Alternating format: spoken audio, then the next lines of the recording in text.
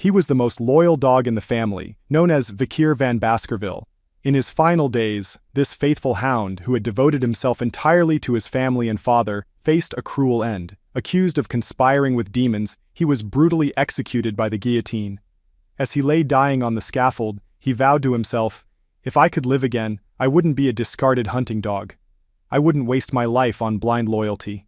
Instead, I'd live for myself, free and independent." As his life slipped away, Vikier resolved that if given another chance, he would escape the chains of servitude and carve out a life on his own terms. In his next life, he found himself as a baby lying in a cradle. His body felt heavy as if made of bricks, and the noise around him was deafening. "Where am I? This feels like Baskerville Castle again." He looked around, hearing the cries of other babies. Soon, a man entered the room, a younger version of Hugo Baskerville, the head of the family. Hugo spoke to a servant. "None of these babies look promising. Seems like we've got a weak batch this time." "Wait," he said, spotting Vikier. "At least this one's not crying. Take him to the cradle of blades." "Yes, my lord," the servant replied. Vikir's eyes widened in recognition. "Hugo, he's the one who framed and executed me. That's him, just younger. So it's true. I've been reborn as a baby. I, Vikier van Baskerville, have returned to the very beginning of my life." He remembered his harsh upbringing. Born out of wedlock, he had grown up in the most brutal of environments. Hugo had trained him to be the perfect hound, loyal only to the family, completing missions like assassinations, ambushes, and espionage, all to make the Baskerville name feared and respected. "All I ever wanted was recognition," Vikier thought bitterly. "I gave my life for them, and when the demon war ended after 10 years, I was executed because I knew too much." Now a baby again, Vikier was carried toward the cradle of blades. "There's no way I'll repeat my old life," he thought. "Revenge will take time, but this is my chance to grow stronger. The cradle of blades. This is where it all starts." The cradle of blades was a deadly test for Baskerville infants. They were thrown into a maze of sharp blades and tasked with reaching the river Styx, a legendary stream that could grant the body of steel. Only a few children would receive the river's blessing, and the first to reach it would reap the greatest rewards. "In my past life, I fell behind my brothers and gained nothing," Vikier recalled. "Not this time. This time, I'll monopolize the blessing for as long as I can." When he reached the river, he plunged in. The cold water seared his wounds, and his bones began to transform. "I have to endure this," he told himself, "no matter how painful." Outside the river, Hugo and his servants watched. One servant looked concerned. "My lord, the baby's been underwater for too long. We should pull him out." Hugo smirked. "Barrymore? How long has it been?" "7 minutes, my lord," the steward replied. 7 minutes? He might not survive," Hugo said, pretending to care.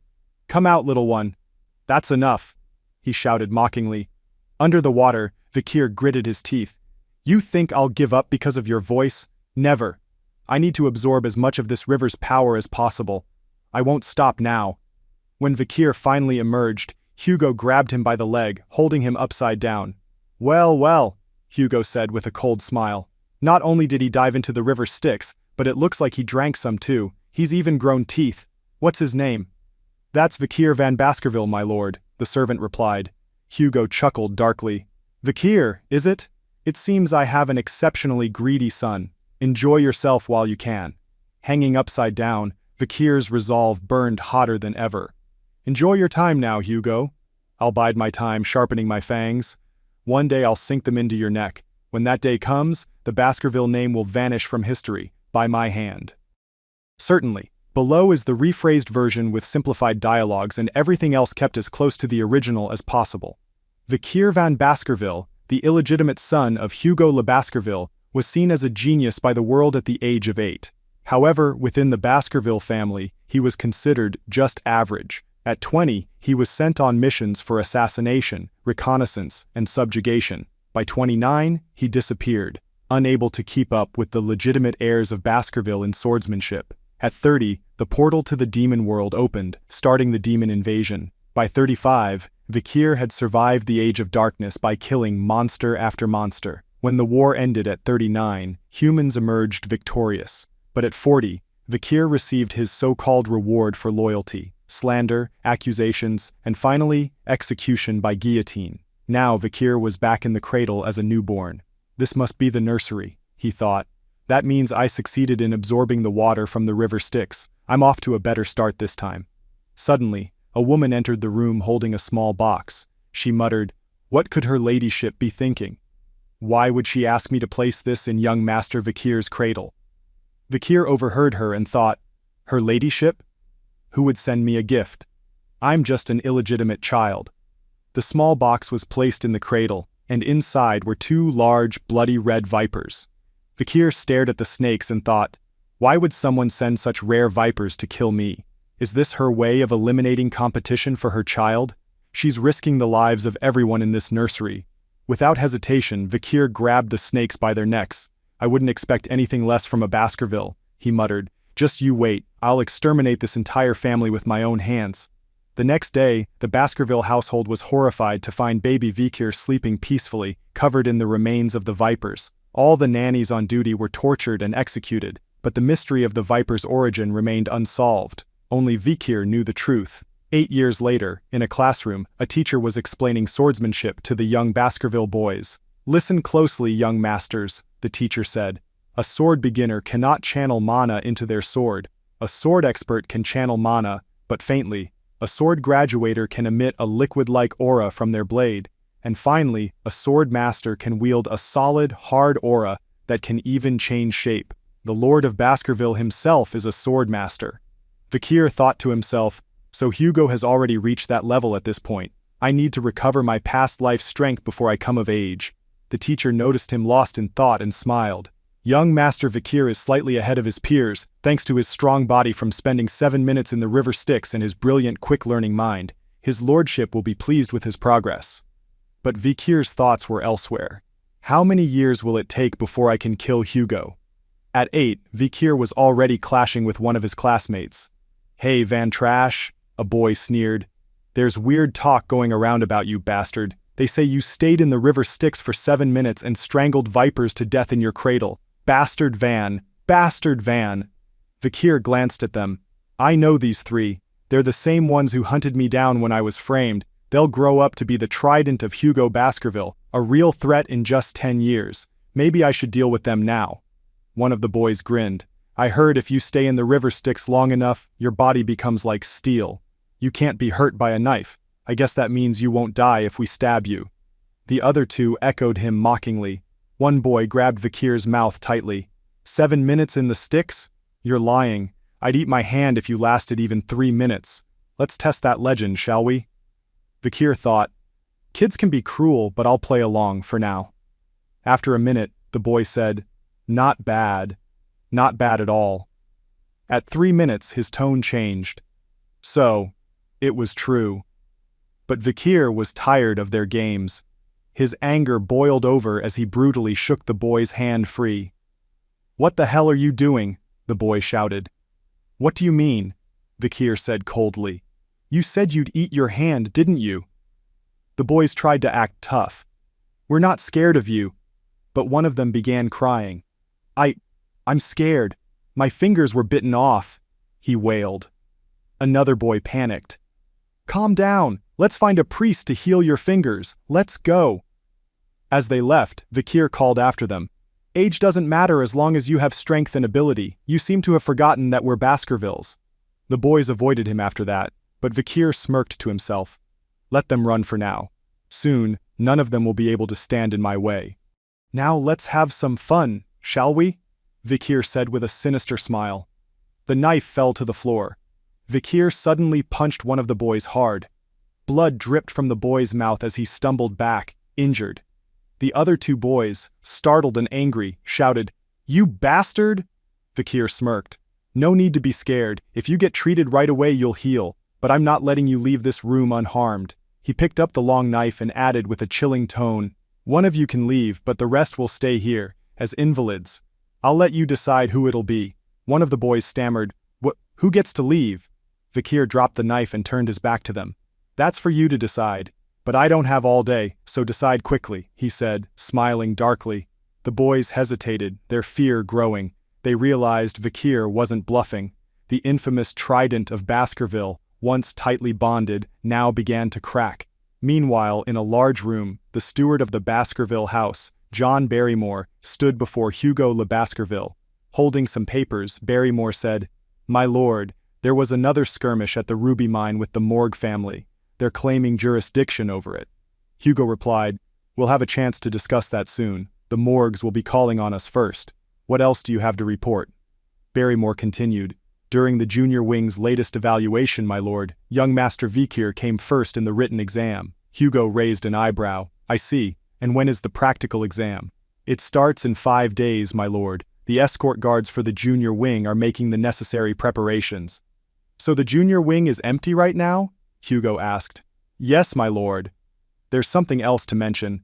There was a serious confrontation among some of the young masters." "A confrontation?" Hugo's voice sharpened. "How many are dead?" "None, my lord," Barrymore replied quickly. "But young Master Highbrow lost all his teeth, young Master Midbrow has a fractured jaw, and young Master Lowbrow's left index finger was severed. They've recovered well physically, but they seem to have suffered deep psychological trauma." Hugo frowned. "The triplets?" "They're close. They wouldn't fight each other." Barrymore said, "It wasn't between them, my lord. The one who injured them was another young master, an 8-year-old. It was the same one who came first in the written exam." "Vikir?" Hugo was shocked. He immediately summoned the boy. When Vikir arrived, Hugo studied him. "You've grown since I last saw you, Vikir." "Thank you, my lord," Vikir replied calmly. Hugo chuckled darkly. "I heard you injured the triplets from the advanced class. They've been eating separately and haven't spoken to each other since. Their joint combat maneuvers are what made them stand out, but now they seem completely divided. Don't you think what you did was wrong?" Vikir, without hesitation, said, "Wrong? What did I do that was wrong?" Hugo's tone grew sharper. "You completely ruined your brothers." Vikir remained calm. "But I'm stronger than them. How can the stronger one be in the wrong?" Hugo scowled. "Your brothers came to me earlier. They said they forgive you. Doesn't that make you feel guilty at all?" Vikir pretended to be surprised. "They forgave me? How generous." He then thought back to his past life. A survivor from a family exterminated by the Baskervilles had once sought Hugo out. She had become a nun and knelt before him, offering forgiveness. Hugo's response back then was burned into Vikir's memory. "I believe forgiveness is just an excuse for the weak," Vikir said aloud. Hugo's eyes narrowed. "Dignity only exists in strength. Weakness is a sin," he replied, recalling the family motto. Then, with a cruel smile, Hugo turned to Barrymore. "Barrymore, let him pick a snack from the pantry, but don't let him be greedy. He may only take what he can carry." Vikir smiled. "Thank you, my lord. Can I choose chocolate?" "Of course," Hugo said. Barrymore led Vikir to the pantry. As they walked, Barrymore explained, "This chocolate is of exceptional quality, favored by the women of the Morgue family. It's rare and highly prized." Vikir glanced at the chocolates and said, "I don't want anything processed. I need raw cocoa beans with rich flavor." Barrymore looked confused. "Cocoa beans?" One of the chefs nearby explained. "Bloody beans are the richest in flavor. A single bean can make 100 liters of chocolate, but they're incredibly bitter when eaten raw." Barrymore murmured, "He can eat those raw? He must really love chocolate." Vikir smirked to himself. "I'll take the beans as they are. No need to prepare anything." The chef asked, "Shall we make chocolate for you and send it to your room, young master?" "No need," Vikir replied. Barrymore watched him with curiosity. "He's unusually clever. He's found a way to take a small amount while maximizing his gain. Very resourceful." The Baskerville family, often called the House of Berserkers, was infamous for its brutal training methods. From their first baby steps, children were made to sprint up and down steep hills to build stamina. Rest was forbidden outside designated times, and at night they adapted to harsh environments by sleeping next to monster carcasses or cubs. By the age of 8, young Baskervilles faced murderous assessments. This harsh upbringing earned the family its fearsome reputation. It was now time for the practical assessment, the test of survival. On this day, a group of young hounds gathered at Le Rouge et le Noir, a mountain filled with dangerous monsters located on the outskirts of the Baskerville domain. Hugo addressed the young hounds. "The rules are simple. You must stay here for an entire month and hunt the biggest, strongest monster you can find. There are 2 main objectives: survive the month and prove your strength. You will earn 10 points for surviving the month, 30 points for surviving without serious injury, 50 points for outsmarting your peers, 70 points for killing a monster, 90 points for meeting all conditions. You each have a badge. Collecting others' badges will earn additional points. If you die, you earn nothing. No one here is worth 100 points. Remember, arrogance leads to death. I advise you to stay within the designated area. Le Rouge et le Noir is an untamed danger zone. While guide dogs and guards will stay hidden to observe your performance, they won't always be able to intervene. Be careful. The hounds stood ready, their nerves palpable. Two boys whispered while glancing at Vikir. "Is that him?" one asked. "The one who stayed in the river Styx for 7 minutes?" "Yeah," the other replied.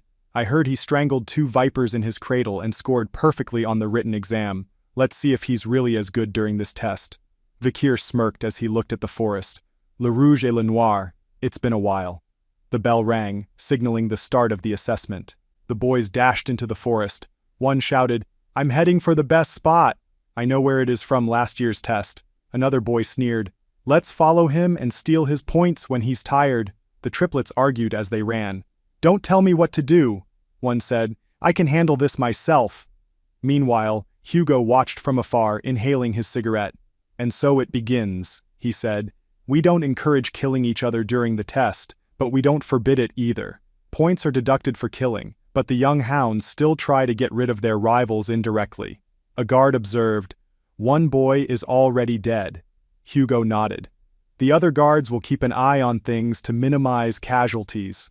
A guard assigned to watch Vikir muttered to himself, "This area is close to the danger zone. How far does young Master Vikir plan to go? He's been a genius from a young age. I wonder what he has up his sleeve." Vikir calmly surveyed his surroundings. "This spot looks soft enough," he said, settling down. "I'll make this my base camp." The guard raised an eyebrow. "Relaxing already," he murmured, surprised. Days passed, and the guard continued to observe Vikir. "How many days has it been? He's done nothing but dig holes, lounge under a tree, hunt for food, and gather firewood. Is he just hiding until the test is over? Maybe those rumors about him being a genius were exaggerated." Frustrated, the guard finally left his post. Vikir smirked as he saw the guard leave. "Finally, I've lost my tail," he said. "Time to get started." He threw cocoa beans into the fire. "These bloody beans will mask the smell of meat. Perfect. Now, let's begin the real hunt." A few days later, Vikir stepped into the untapped danger zone. "I've been here before as a scout," he murmured. "That burnt smell and scorched trees. It's close by. I remember this all too well. Burning feces? Yep, I'm near its habitat." Suddenly, a deep growl rumbled through the forest. "There's only one monster that leaves traces like this," Vikir said with a sly grin. "I was sick of you back when I was a scout, but now? It's almost nice to see you again. Hellhound." The enormous monster emerged, its mouth blazing with fire. It towered over Vikir, radiating pure menace. Vikir stared at the beast, his lips curling into a smile. "Let's see if you're still as tough as I remember." An oil world monster that has swallowed the hellfire of the oil world, the hellhound. "In my past life, I was 18 before I could kill it on my own," Vikir thought. "I'm only 8 now, which means I can't win in a direct fight. But I know a trick that even a child can use to defeat a hellhound." The hellhound charged at him, and the battle began. Vikir observed its weaknesses. "It can only move in a straight line," he noted, dodging the hellhound's attacks. "It can't follow sudden changes in direction. Its second weakness is that oil world monsters can't cross water, no matter how shallow." As the hellhound lunged at him, Vikir threw water in its path. The hellhound slowed down, exposing its most fatal weakness, charging forward with its mouth wide open. Seizing the opportunity, Vikir threw a cacao bean into the beast's mouth. The hellhound stopped abruptly, confusion spreading across its face. "Chocolate is like poison to canines," Vikir said, "and a single bloody bean can make 100 liters of chocolate. Needless to say, it's highly effective." The hellhound collapsed to the ground, strange liquid oozing from its mouth. "This monster may have come from hell, but it's no match for chocolate," Vikir said. He unsheathed his sword and approached the beast. "The bean must have damaged its stomach and heart, but those organs are protected by its ribcage. I'll have to aim for an unprotected organ, its kidneys." With precision, Vikir plunged his sword into the monster's body, striking its kidneys. As the hellhound died, Energy flowed into Vikir. "When you kill a monster, its energy becomes experience points," he murmured. "It strengthens your body. This dagger already feels lighter in my hands." A grin spread across his face. "At this rate, I'll recover my past life's powers before I come of age." I can't wait to see Hugo's face when he hears that an 8-year-old brought back a B+ class monster. First place is mine for sure. He paused. "I've already decided what I'll ask for as my reward. In my past life, I didn't dare dream of it, but this time I monopolized it. No one else knows its true value yet." With that, he bent down. "All right, time to take its head back." Suddenly, Vikir noticed movement. 2 more monsters emerged, growling at him. "Did you hear your friend yelping?" he asked mockingly. "Are you here to avenge it?" How touching.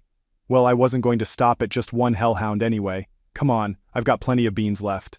But the growls grew louder. Vikir's smirk faded. There aren't just 2, he realized. There are more.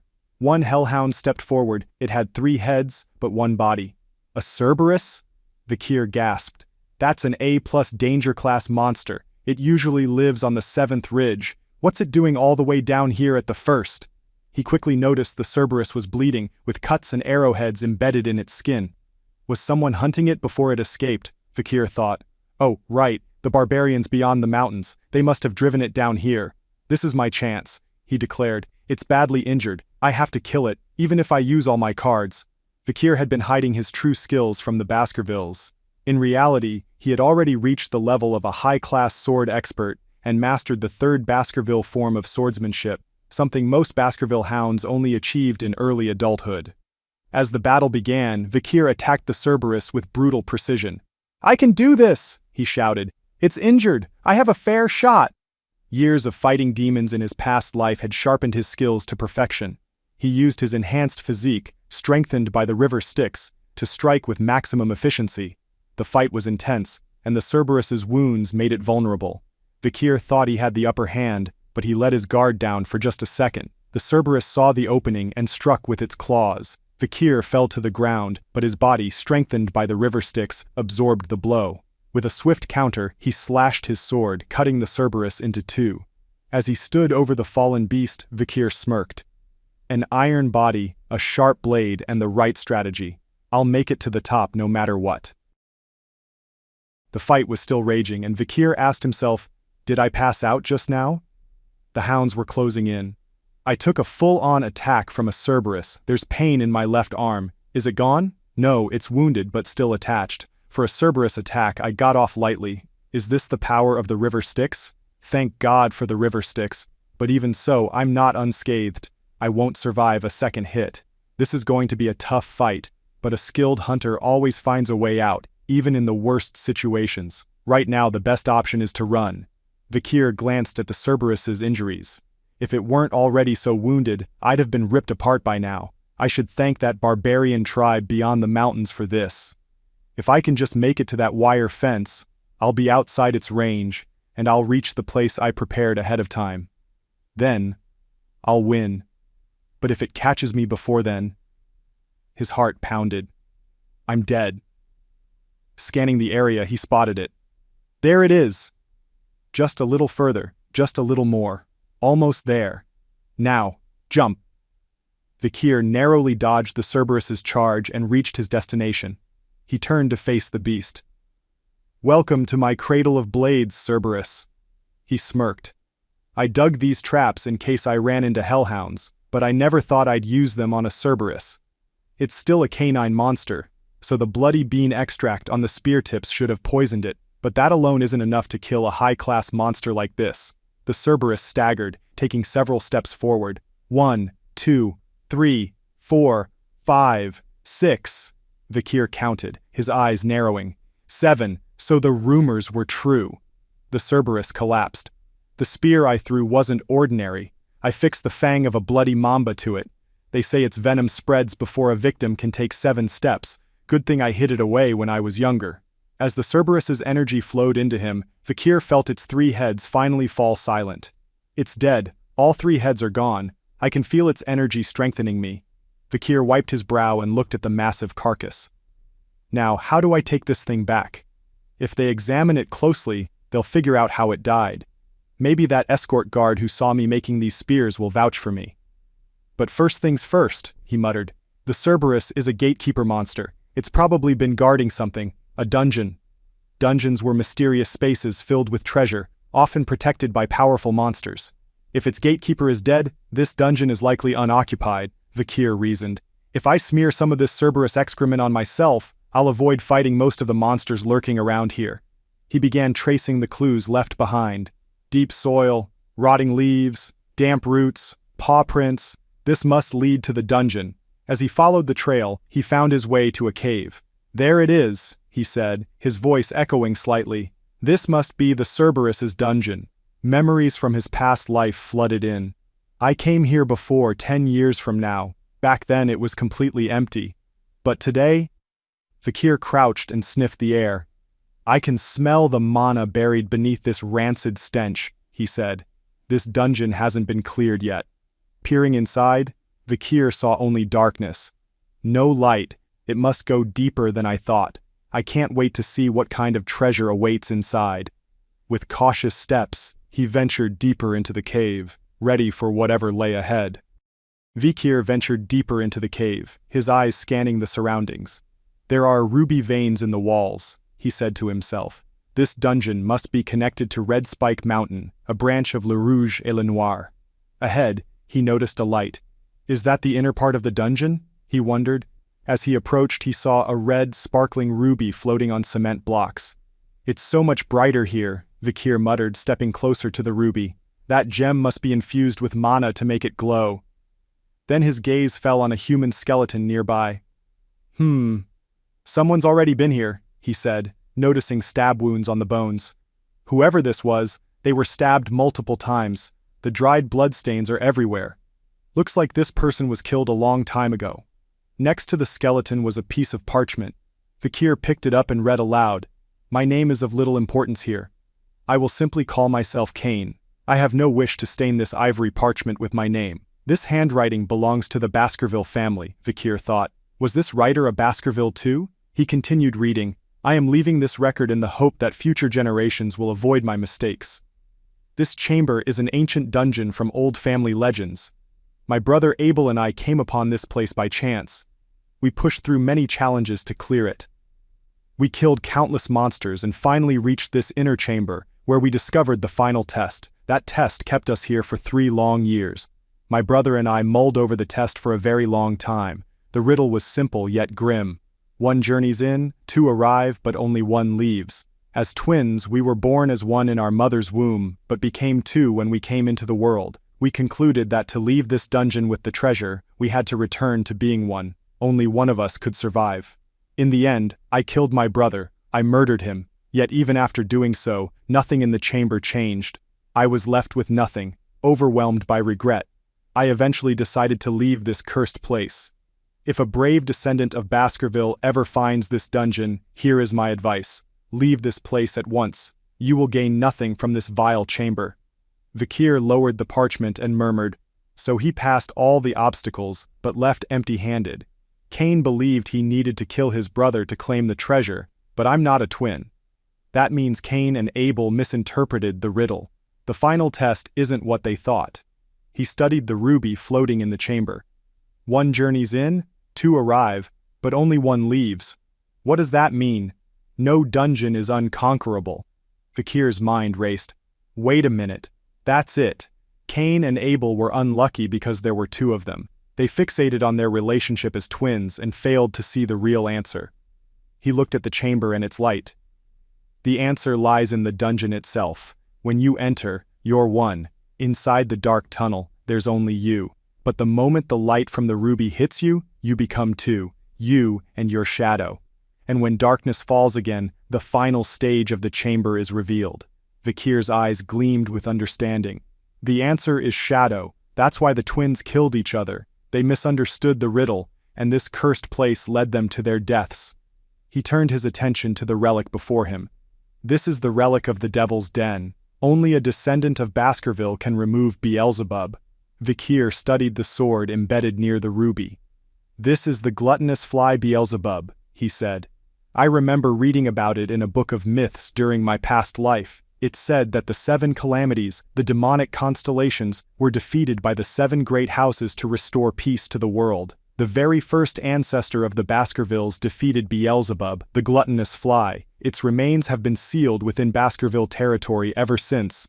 But over time, its demonic energy attracted countless monsters to Baskerville, and eventually, its legend became forgotten by most. Few believe in such tales now. Vakir's lips curled into a smirk. But the legend is real.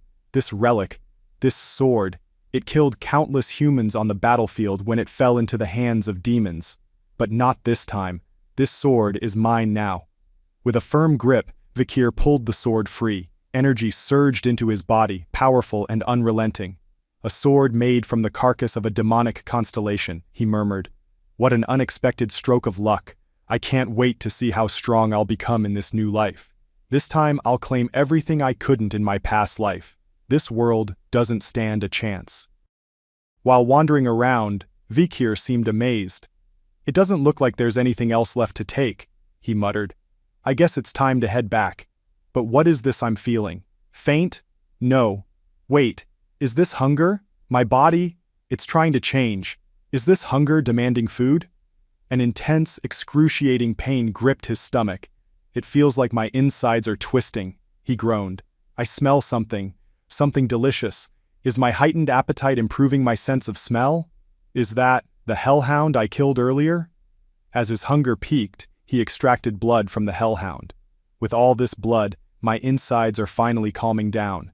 This place, has it been starving for so long because of Beelzebub's intense hunger? Did it dry out the trees and soil too? How much food will I need to satisfy this sword's appetite? Vakir observed the effects of Beelzebub's unique abilities.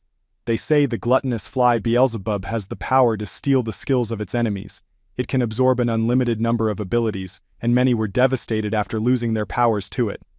He noticed a limitation. But it looks like I'm capped at 3 skills for now. The Hellhound's bleeding skill. It ensures wounds keep bleeding, no matter how small. If I can steal other skills, then... He stopped himself. Wait, I can't consume the entire carcass. It'll raise too many questions if the body's overly damaged when they inspect it later. After consuming enough blood to satisfy his hunger, Vakir noted the effects. High-speed regeneration. Beelzebub must have absorbed that from the cerberus too. And now I have the cerberus burn skill. Burns from it are some of the most painful injuries one can endure, deadlier than the hellhound's bleeding skill. Satisfied, Vakir leaned back. I've already secured the monster I'm submitting as my assignment. Now I'll just sit back and relax until the test is over. As the young hounds returned to Baskerville after completing their practical assignments, their performances were evaluated. The rewards were weapons made from the carcasses of the monsters they had hunted, shields, swords, and more. One particular monster caused a stir among the Baskervilles. Who caught what? Someone exclaimed. Hugo's eyes narrowed in surprise. Barrymore stepped forward. My lord, young Master Vakir van Baskerville from the age 8 class entered the untapped danger zone by mistake during the practical assignment and hunted an A+ danger class cerberus. Hugo's eyebrows raised. A cerberus? Even our high-class hounds and escort guards find it difficult to kill one. How did Vakir do it? It's been reported that the cerberus was already wounded by barbarians, Barrymore explained. Young Master Vakir applied poison to his spear to finish it off. Hugo asked, what kind of poison is strong enough to kill a cerberus? And how did he acquire it? Barrymore replied, that information was recorded in his hunting log. I attempted to ask him directly, but he retired to his dormitory, citing fatigue. Hugo smirked. He's already so secretive at his age. But knowledge is power, and power defines one's worth. My lord, if I may, Barrymore interjected. I was quite surprised. We haven't seen such brilliance from a young master with the middle name Van. Hugo's expression hardened. Barrymore, you don't understand. Forgive me, my lord, Barrymore replied, confused. I'm not like the previous heads of Baskerville, Hugo explained. I don't care about bloodlines when raising attack dogs. It doesn't matter if they're royal or common-born. What matters is talent and determination. Even the best breeds can give birth to useless pups. Do you understand? Barrymore hesitated. Is he thinking about his second son, currently training behind closed doors? He wondered. Please forgive me, my lord. Shall I summon young Master Vakir? Vakir was soon brought to the hall. Hugo greeted him. I heard you caught a cerberus during the practical assessment. How did you do it? I used a spear tipped with chocolate, Vikir replied. Chocolate? Hugo repeated, clearly surprised. Yes, Vikir confirmed. Chocolate is like poison to canine monsters. Barrymore added, Is that why you asked for chocolate earlier? Hugo glanced at Barrymore, then back at Vikir. You refused to explain your hunt to Barrymore. Why? Vikir replied. Because he's not my master. Hugo's eyes narrowed. Then who is your master? I serve the family, Vikir said calmly. So I serve the master of the family. Hugo relaxed slightly. Good answer. As a reward, the monster you hunted will be yours to claim. I will also grant you one wish for coming first in the assessment. Vikir's eyes lit up. Finally, I can get what I want. Hugo asked, What is your wish? I wish to see the infinite archives, my lord, Vikir said. Hugo was taken aback. The infinite archives? The vast library in the heart of the main castle? It's one of the largest libraries in the empire. Are you aware that only legitimate scions of the family may enter that place? Vikir replied, I understand if it's not possible. I'll just have to break in then. Hugo's lips curled into a faint smile. You have my permission. While you're there, study the 6th Baskerville form located in Restricted Area 6. Vikir's thoughts raced. The 6th form? Hugo is allowing a bastard son to study the 6th Baskerville form? No illegitimate child has ever advanced beyond the 4th form. Wait, don't get too excited. It's only the 6th form. He composed himself. Hugo's current level is the 7th form. The Hugo I saw in my past life had mastered all 9 teeth of the Baskerville sword. I haven't forgotten how I was treated as an illegitimate son. In this life, I'll surpass Hugo. I'll gain the greatest essence of Baskerville swordsmanship, the manual written by the first patriarch of the family who slayed Beelzebub. And how will I get it? Hugo himself will hand it to me. Hugo said, I have great hope for you, Vikir. Do your best. Thank you, my lord, Vikir replied. I will meet your expectations, and you'll never realize the true value of that book. Vikir stepped into the vast library of the Infinite Archives for the first time in person. His eyes scanned the room. The cutting incisor, the chomping molar, the piercing canine tooth, the double-dig snaggletooth, the impact wisdom tooth. All the swordsmanship manuals I wanted to study in my past life are here, he thought. Within the Baskerville family, illegitimate children were forbidden from surpassing the 4th form, no matter how much mana they had. The belief was that hunting dogs should never be able to bare their teeth at the legitimate scions. This must be it, Vikir muttered. I'm surprised Hugo suggested I study the manual for the 6th form. In my past life, I could only dream of such a chance. I'm sure Hugo gave me permission because he thinks an 8-year-old could never memorize this in a day. But in my previous life, I memorized the manuals for the 1st to 4th forms so well that I could even theorize the 5th form. Oh, I see now. I had to change the flow of my mana after drawing the 4th tooth. That's why I couldn't fully draw the 5th tooth back then. He recalled the unique nature of Baskerville swordsmanship. Each level of mastery allowed a swordsman to draw more teeth with their sword, emitting a red aura from the blade. But I don't really care about the 6th form, Vikir said to himself. I came here for something else, something far more important. A soldier nearby noticed him. Huh? Young Master Vikir, have you already finished studying the swordsmanship manuals? The tomes in the deeper part of the library can be fetched if you need something. Vikir replied, I've finished looking at what I need. The soldier looked surprised. Already? Well, you won't be looking at any more then. Vikir said, I might browse through a few other books before I go. Don't mind me. Go about your business. The soldiers exchanged glances. But that's where all the useless books are, one whispered. If it were me, I'd spend my time on the swordsmanship manuals, the other said. Vikir thought, too young to realize the value of those useless books. Think what you will. You have no idea what treasures are hidden among them. He wandered through the shelves until he found what he was looking for. The lurking impacted tooth, he murmured. This must be it. The book was tattered, with missing pages. No wonder it's considered worthless, Vikir muttered. But I know the true value of this book. In my past life, my squad of hounds discovered a peculiar relic inside a dungeon at the boundary of Le Rouge et Le Noir. It was a single page torn from this manual, written in the Baskerville script. Hugo realized its importance immediately. He had the Infinite Archives search to find the book it came from. And this is that book. The Lurking Impacted Tooth. When the first ancestor of Baskerville wrote this manual, it contained instructions for reaching the 10th form. Hugo became obsessed with the 10th form and ordered the retrieval of all 6 missing pages, hidden in the lands of the 7 houses, 1 page in each domain. He all but declared war on the other families to reclaim them. Countless hounds were sacrificed retrieving those pages, and in the end, we presented them to Hugo. Our reward? A simple, well done. I was a fool in my past life, blindly following orders. With those pages, Hugo reached the 9th form, over the blood and corpses of countless hounds. But not this time. In this lifetime, I'll reclaim that knowledge for myself. I still remember what was written on those pages. The only reason I couldn't surpass the 4th form was that I didn't have access to the original book back then. Vikir opened the book and read the first page. The first step of the 10th form is identical to the first form. If you display aggression the moment you draw your sword, your subsequent attacks will be limited. He smiled. No wonder this book was deemed useless on its own. It sounds like nonsense without the missing pages, but when the pieces are combined, it transforms into a masterpiece. In his past life, Vikir had reached the aura of a master graduate and the 4th form through sheer hard work. This time I'll surpass that before I turn 15, he thought. Under the lamplight, he absorbed every word. This should be enough, he said, closing the book. I spent the whole day here, but I've memorized the entire manual. He checked his surroundings. The escort guards aren't nearby. My body isn't ready to draw all 10 teeth yet, but maybe I can finally reach the 5th form, something I couldn't do in my past life. Vikir stood, drawing his sword. One by one he summoned the forms. The 1st, 2nd, 3rd, and 4th teeth. In my past life I worked endlessly to master the 4th form, but I was always stopped by the same barrier. I was born a bastard, he thought. That won't stop me in this life. As the fight began, Vikir shouted, "It's not perfect yet, but I've managed to draw the 5th tooth."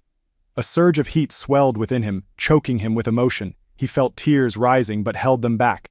I've done it, he thought. I've achieved the 5th Baskerville form. Vikir's resolve hardened as he felt his power grow. The fangs of this young hound are growing faster than anyone in Baskerville's history. My time will come, and when it does, even Hugo won't stand in my way.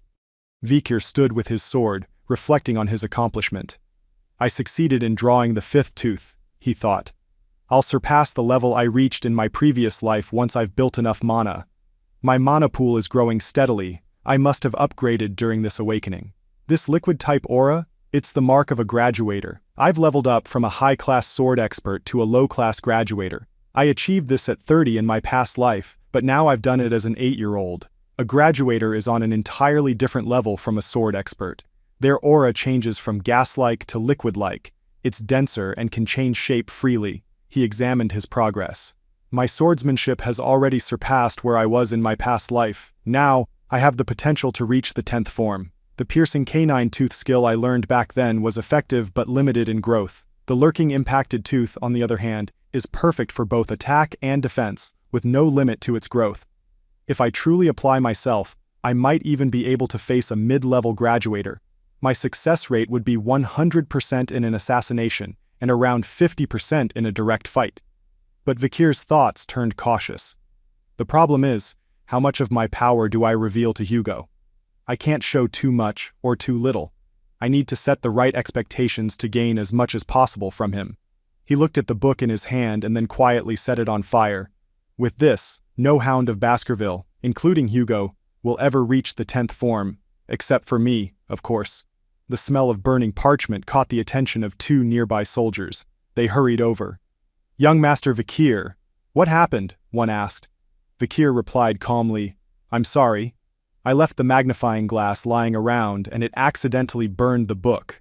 If you need to report this, I can explain everything to the steward myself," he added. The soldiers quickly reassured him. "Oh no, young master, you have nothing to apologize for. It's our fault for not assisting you properly. We're just glad it happened in the section with the unimportant books."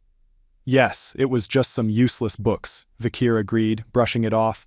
"By the way, I know the steward is busy dealing with the ruby mine dispute with the morgues. I doubt he has time for something as trivial as this." The soldiers exchanged glances. "Maybe it's best if we pretend this never happened." "Well, if you're willing to turn a blind eye for us, young master, then we'll keep this between the 3 of us," one soldier said. "Sorry to have kept you, young master," the other added. As they left, the soldiers muttered to themselves, "I didn't know he was such a kind person." "Yeah, he's even considerate of servants like us," the other replied. "Truly admirable." Later, Vakir arrived at Hugo's hall. "So," Hugo said, "did you learn anything from the archives?" "A little, my lord," Vakir replied. "What exactly did you experience and realize in there?" Hugo asked. Vakir paused and then said, "It felt warm and sharp, but also mushy and silky." Barrymore, listening nearby, whispered, "Could he mean aura?" Aura is the mark of someone who has officially entered the world of the sword. Even prodigies must train endlessly to reach the level of a low-class sword expert by age 15. Hugo, hiding his thoughts, muttered to himself, "What am I getting excited for? He's just an 8-year-old. Could you show me what you mean?" Hugo asked aloud. "Of course," Vakir replied, drawing his sword. Barrymore turned to Hugo. "How will you test his skills, my lord?" Hugo smirked. "I'll have him fight a suitable monster." "A monster?" Barrymore asked, surprised. "Yes," Hugo said. "I've prepared one that's irritable from being starved." When the chains were brought in, a massive orc was revealed. Its muscles rippled with strength and it thrashed violently. "That's a bit much, isn't it?" one of the hounds muttered. "He's only 8 years old. You need to be at least 15 to fight an orc." "Well, the escort guards will step in if necessary," another said nervously. The battle began. As the chains fell, the orc roared in rage, its massive body looming over Vakir, but Vakir stood firm, holding only his sword. The fight was brutal. Vakir stabbed the orc repeatedly, his strikes precise and deadly. Blood gushed from the monster's wounds, and it looked shocked. This was likely the first time it had bled so heavily. The other hounds watched in disbelief. "Is he really only 8 years old?" one whispered. "How is he doing that without even drawing mana?" Hugo observed silently, impressed but also suspicious. Meanwhile, Vakir thought, "He must be thinking I haven't shown him what I learned in the archives. Let's give him what he wants." With a sharp strike, Vakir summoned an aura blade, stabbing the orc again. Barrymore exclaimed, "That's the aura of a low-class sword expert." Hugo frowned slightly. "Is that what you think?" Barrymore nodded. "Yes, my lord. We've witnessed the emergence of a rare genius. There will never be another like him in the Baskerville family." But Hugo's expression darkened. "Enough, Barrymore. There's something odd about that orc." Barrymore, startled, stammered, "Pardon me?" "Orcs are known for their regenerative abilities," Hugo said. "But this one kept bleeding." Vakir only won because the orc had been weakened. Vakir approached, interrupting Hugo's thoughts. "Excuse me, father," he said. "Do you have anything stronger than an orc?"